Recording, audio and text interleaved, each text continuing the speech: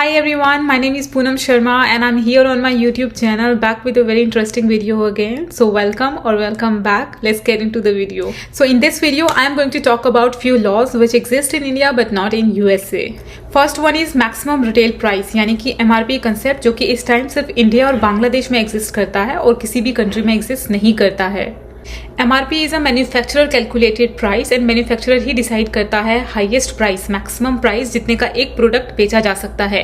से for example ये अमूल घी डब्बा है एंड यहाँ नीचे लिखा हुआ है इसका इंडियन रुपीज में price. So for Gujarat it says 545 rupees and for rest of India it says 560 rupees. So इससे ऊपर कोई भी प्राइस नहीं चार्ज कर सकता रिटेलर। हाँ, इससे कम में जरूर बेच सकते हैं। आपने देखा भी होगा कई जगह पे डिस्काउंट ऑफर कर देते हैं। So according to MRP concept in India, हर प्रोडक्ट का MRP उस प्रोडक्ट पे डिस्प्ले करना मैंडेटरी है। सो इंडिया में हर प्रोडक्ट पे आपको MRP दिख जाएगी, लेकिन developed countries like USA, UK, Canada and many more, वहाँ किसी भी प्रोडक्ट पे आपको MRP नहीं दिखाई देगी because in developed countries there is no concept of MRP। Developed countries में ऐसा कोई भी लॉ नहीं है जिसके अकॉर्डिंग MRP मेंशन करना मैंडेटरी हो। So I can show you these products as an example जो कि USA के एक स्टोर से लिए गए हैं। सो इन प्रोडक्ट्स पे कहीं पे भी MRP मेंशन नहीं है। सो यहाँ के स्टोर्स में जो भी ये प्रोडक्ट्स है जिस पे रैक पे रखे होते हैं, उस रैक के नीचे एक स्लिप लगा के प्राइसेस को मेंशन किया जाता है और अगर वहाँ पे प्राइस मेंशन नहीं है तो फिर आपको बिलिंग काउंटर पे जाके उसको पूछना पड़ेगा। सो यहाँ USA में किसी भी प्रोडक्ट पे उसका प्राइस प्रिंटेड नहीं होता है। हाँ, ये जरूर हो सकता है कि एक प्रोडक्ट है उस पर एक छोटा सा स्टिकर लगा दिया हो जिसपे प्राइस मेंशन कर दिया हो। सो क्योंकि यहाँ पे MRP लॉ एक्सिस्ट नहीं करता है, इस वजह से डिफरेंट स्टोर्स पे डिफरेंट प्राइसेस देखने को मिलता है। सो एक प्रोडक्ट हो सकता है एक स्टोर पे $15 का हो और वही सेम प्रोडक्ट दूसरे स्टोर पे $18 का हो। सो इस वजह से एक ह्यूज डिफरेंस देखने को मिलता है सेम प्रोडक्ट के प्राइसेस में। इनफैक्ट आप वही प्रोडक्ट ऑनलाइन में लेंगे तो आपको वहाँ पे डिफरेंट प्राइसेस मिलेंगे। In the United States, there is no federal law that regulates MRP, but USA में आपको MSRP सुनने को मिल सकता है and that is maximum suggested retail price. So MSRP सिर्फ एक suggested price होता है and it's not compulsory कि आप MSRP से नीचे ही बेचो। So developed countries में MRP law exist नहीं करता है because government का interfere करना in businesses by setting MRP is considered as a restraint on trade, जिस वजह से जो business owners है वो आज़ादी से business नहीं कर पाएंगे। सो MRP लॉ ना होने की वजह से जो रिटेलर्स है, ट्रेडर्स है, मर्चेंट्स है, they are free to sell any product at any price they want. भले ही मैन्युफैक्चरर के हिसाब से वो प्रोडक्ट 100 रुपये में बनाओ या उसका सेलिंग प्राइस 100 रुपये हो, रिटेलर चाहे तो उसे 200 में भी बेच सकता है। Next one is requirement of putting a vegetarian और a non vegetarian sign on a product. In India FSSAI यानी कि food safety and standards authority of India ने ऐसी रेगुलेशन बना रखी है for the labelling of vegetarian and non vegetarian products. आप जानते होंगे कोई नॉन वेजिटेरियन प्रोडक्ट है तो उस पर इस तरीके का ब्राउन डॉट का लेबल होना चाहिए, अगर कोई वेजिटेरियन प्रोडक्ट है तो इस तरीके का ग्रीन डॉट का लेबल होना चाहिए। इसीलिए इंडिया में हर फूड प्रोडक्ट पे आपको ग्रीन डॉट नहीं तो ब्राउन डॉट का सिंबल दिख जाता है और आप इजीली आइडेंटिफाई कर लेते हैं कि कौन सा फूड प्रोडक्ट नॉन वेजिटेरियन है और कौन सा वेजिटेरियन है। But in the United States there is no such federal law that requires the labelling of vegetarian और non vegetarian on food products. India में जैसे फसई है FSSAI, उसी तरीके से यूनाइटेड स्टेट्स में FDA है which stands for food and drug administration. So FDA ने सिंपली एक गाइडलाइंस दे रखी है फूड लेबलिंग को लेके कि आप सिर्फ एक्यूरेट एंड ट्रूथफुल इंफॉर्मेशन दो कंज्यूमर्स को। So we can say USA में नॉन वेजिटेरियन जैसा कोई कंसेप्ट नहीं है बिकॉज यहाँ मोस्ट ऑफ द आइटम्स में एग्स या फिर मीट होते हैं। सो इसीलिए यहाँ पे जब भी कोई प्रोडक्ट हम परचेज करते हैं तो सबसे पहले उसका इंग्रेडिएंट लिस्ट चेक करिए because there are high chances कि उसमें एग्स हों।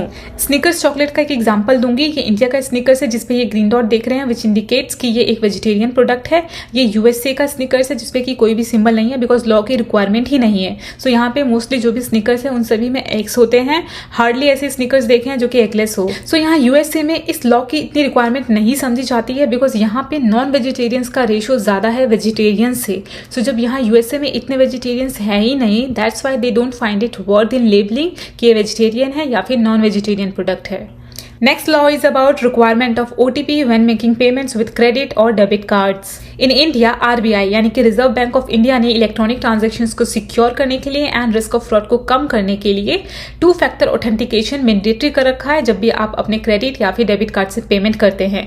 दैट मीन्स कि जब तक आप OTP नहीं डालेंगे तब तक आपकी वो पेमेंट कंप्लीट नहीं होती है। इंडिया में RBI ने सेकेंडरी ऑथेंटिकेशन का यूज मैंडेटरी कर रखा है, इसीलिए सभी पेमेंट गेटवेज एंड सभी बैंक्स को ये रेगुलेशन फॉलो करना होता है।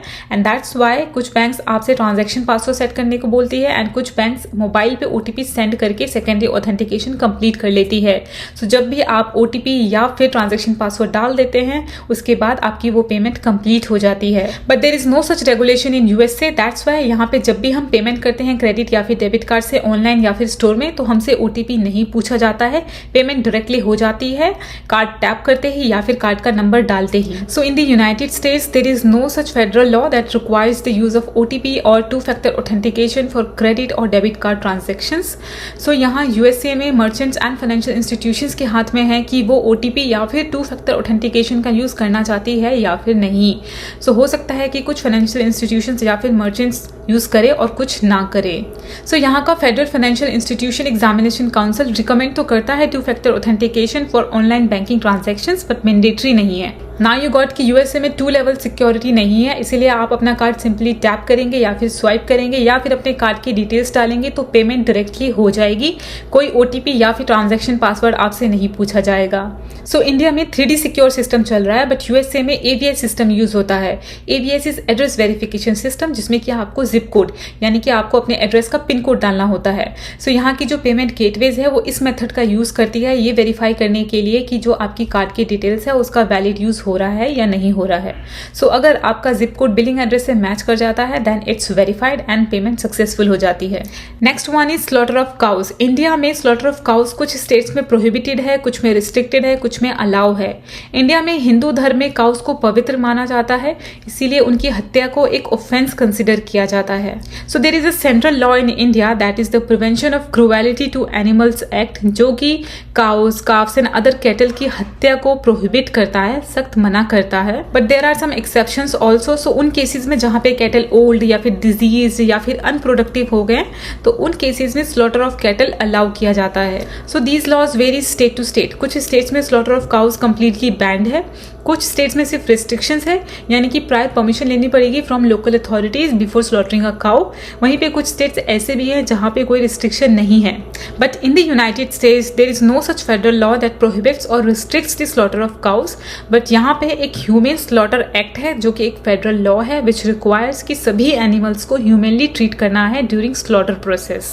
ये लॉ सभी एनिमल्स पे अप्लाई होता है इंक्लूडिंग काउस एंड इस लॉ का ये रिक्वायरमेंट है कि किसी भी एनिमल का स्लॉटर से पहले उसे अनकॉन्शियस करना होगा सो दैट कि उनका जो पेन है, सफरिंग है वो कम हो सके। सो USA में इसके लिए कोई फेडरल लॉ नहीं है, इंडिविजुअल स्टेट्स के पास पावर है to regulate the slaughter of animals and yes there are some states in USA जहां पे ऐसे लॉ हैं जो कि रिस्ट्रिक्ट करते हैं स्लॉटर ऑफ हॉर्सेस को। सो इस वीडियो में मैंने आपके साथ 4 ऐसे लॉ शेयर करे हैं which exist in India but not in USA। That's all for this video and there will be a part 2 of this video also. So make sure you subscribe to my channel and hit that bell icon so that you get notified whenever I'll upload a new video. And I hope this video was interesting and informative. So don't forget to hit like and share.